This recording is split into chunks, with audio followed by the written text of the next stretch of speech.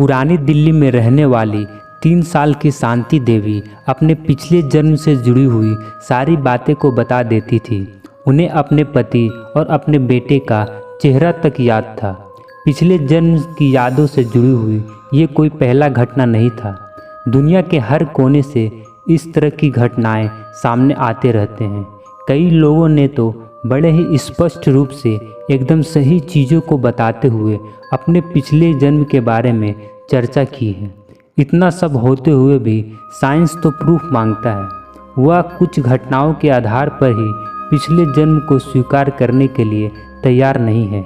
सवाल उठता है कि यदि साइंस पुनर्जन्म को नहीं स्वीकार करता तो उनके ना होने को क्यों नहीं प्रूफ कर देता।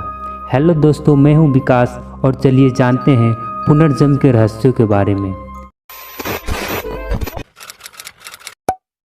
दुनिया के तमाम धर्मों, विशेष रूप से हिंदू धर्म का ये मान्यता है कि मृत्यु के बाद शरीर मर जाता है लेकिन आत्मा नहीं मरती। वह किसी दूसरे शरीर के रूप में पुनर्जन्म लेती है। प्रत्येक जन्म में हमें पिछले जन्मों का कर्मों का फल भोगना पड़ता है, लेकिन आधुनिक युग तो तर्क तथा विज्ञान का युग है। वह हर दावे को प्रूफ मांगता है। बिना किसी प्रूफ के पुनर्जन्म या अन्य किसी ऐसी घटनाओं को विज्ञान मान्यता नहीं देता। वह केवल एक काल्पनिक या किस्से कहानियों कोई बात बनकर रह जाती है। पुनर्जन्म के बारे में जैसे ही हम गहराई से जांच करने के लिए जाते हैं, वैसे ही उनका रहस्य खुलने के बजाय और भी गहरा होता जाता है। भारत की शांति देवी, जिन्होंने 3 साल की उम्र से ही अपने पिछले जन्म का हाल सुनाना शुरू कर दिया था। सन 1929 में पुरानी दिल्ली में जन्मी शांति देवी ने अपने माँ बाप से एक दिन कहा कि उसके पिछले जन्म का पति का नाम केदारनाथ है, जो मथुरा में रहते हैं। उनका घर पीले रंग से पुता हुआ है और मकान के बड़े बगीचे में गेंदे और चमेली के फूल लगे हुए हैं। उनके बच्चे आज भी अपने पिता के साथ उसी मकान में रहते हैं। जैसे ही न्यूज़ में यह कहानी आई, इनकी जांच पड़ताल शुरू हो गई। शांति देवी का कहना था कि पिछले जन्म में उसकी मृत्यु बच्चे को जन्म देते समय हुई थी। बच्चा जीवित रह गया और माँ की मृत्यु हो गई। जब शांति देवी के एक रिश्तेदार किशन चंद ने उसके कहे पति को इस बारे में पत्र लिखा, तो केदारनाथ ने मामले की जानकारी के लिए दिल्ली में स्थित एक रिश्तेदार को शांति देवी के घर पर भेजा। शांति देवी ने इस रिश्तेदार को भी तुरंत पहचान लिया और उसे ऐसी कई बात बताई जो केवल केदारनाथ के स्वर्गवासी पत्नी को ही मालूम हो सकती थी। जब केदारनाथ अपने बेटे के साथ शांति देवी से मिलने दिल्ली आए, तो शांति देवी ने एक पत्नी की तरह और एक माँ की तरह दोनों की देखभाल की। ऑल इंडिया न्यूज़पेपर सोसाइटी के अध्यक्ष और सांसद देशबंधु गुप्ता के नेतृत्व में शांति देवी को मथुरा ले जाया गया। स्टेशन पर उतरकर शांति देवी ने अपने घर का रास्ता खुद तलाश कर लिया। शांति देवी द्वारा अपने पूर्व जन्म के बताए हुए तमाम बातें सच साबित हुए। न केवल भारत में पिछले जन्म की कहानी सुनाने से संबंधित ऐसे अनगिनत उदाहरण सामने आए हैं, बल्कि दुनिया के कई देशों में भी अनेकों लोगों ने अपने पिछले जन्म का हाल बताने का दावा करते रहे हैं। वर्जीनिया विश्वविद्यालय के मनोरोग विभाग के पारा मनोविज्ञान संभाग के डायरेक्टर डॉक्टर इयान स्टीवेंसन ने इस दिशा में काफ़ी शोध कार्य किया है।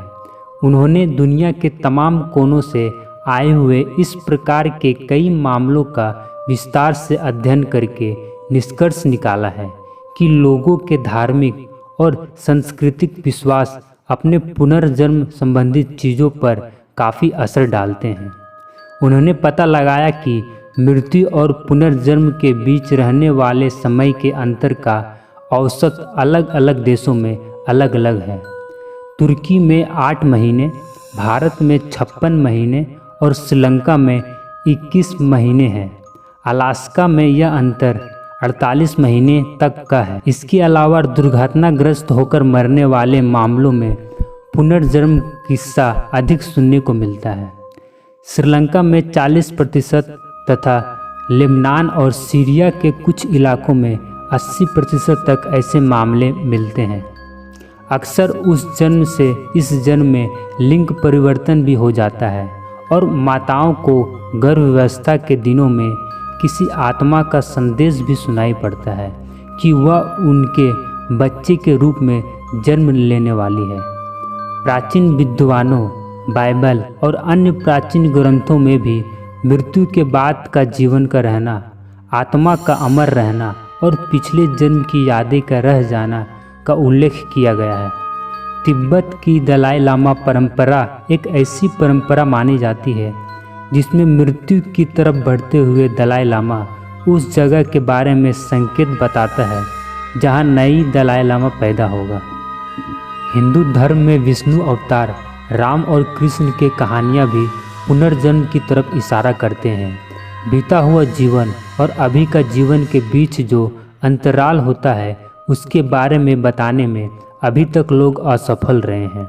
मान लीजिए एक इंसान को याद आता है कि पिछले जन्म में उसकी मृत्यु सीढ़ियों से गिरने के कारण हुई थी।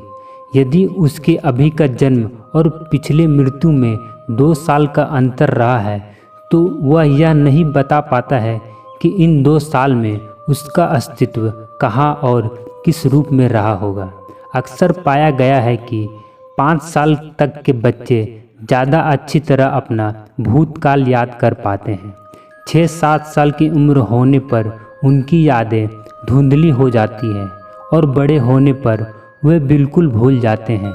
इस तरह की बातें का कोई सही उत्तर ना तो विज्ञान दे पाया है और ना ही पारा मनोविज्ञान। डॉक्टर स्टीवेंसन ने आज तक 1600 ऐसे मामलों की जांच की है जिनमें पिछले जन्म की यादें होने का दावा किया गया है।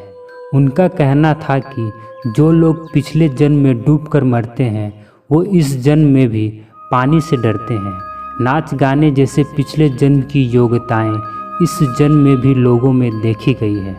हिप्नोटाइज करके कई लोगों को उनकी पिछले जन्म की याद दिलाने की कोशिश की गई है जिसमें एक सीमा तक सफलता भी मिली है। डॉक्टर स्टीवेंसन ने पुनर्जन्म के रहस्यों के बारे में यह कहा है कि ना हम कभी यह सिद्ध कर सकते हैं कि पुनर्जन्म नहीं होता और ना ही हम उसके होने का प्रमाण दे सकते हैं। आज तक मैंने जिन मामलों की जांच की है उनमें कमियां थी और कई में तो काफ़ी गंभीर कमियां थी। किसी एक मामले से या सभी मामलों से पूरा रूप से भी आज तक पुनर्जन्म का कोई पक्का सबूत नहीं मिल सका।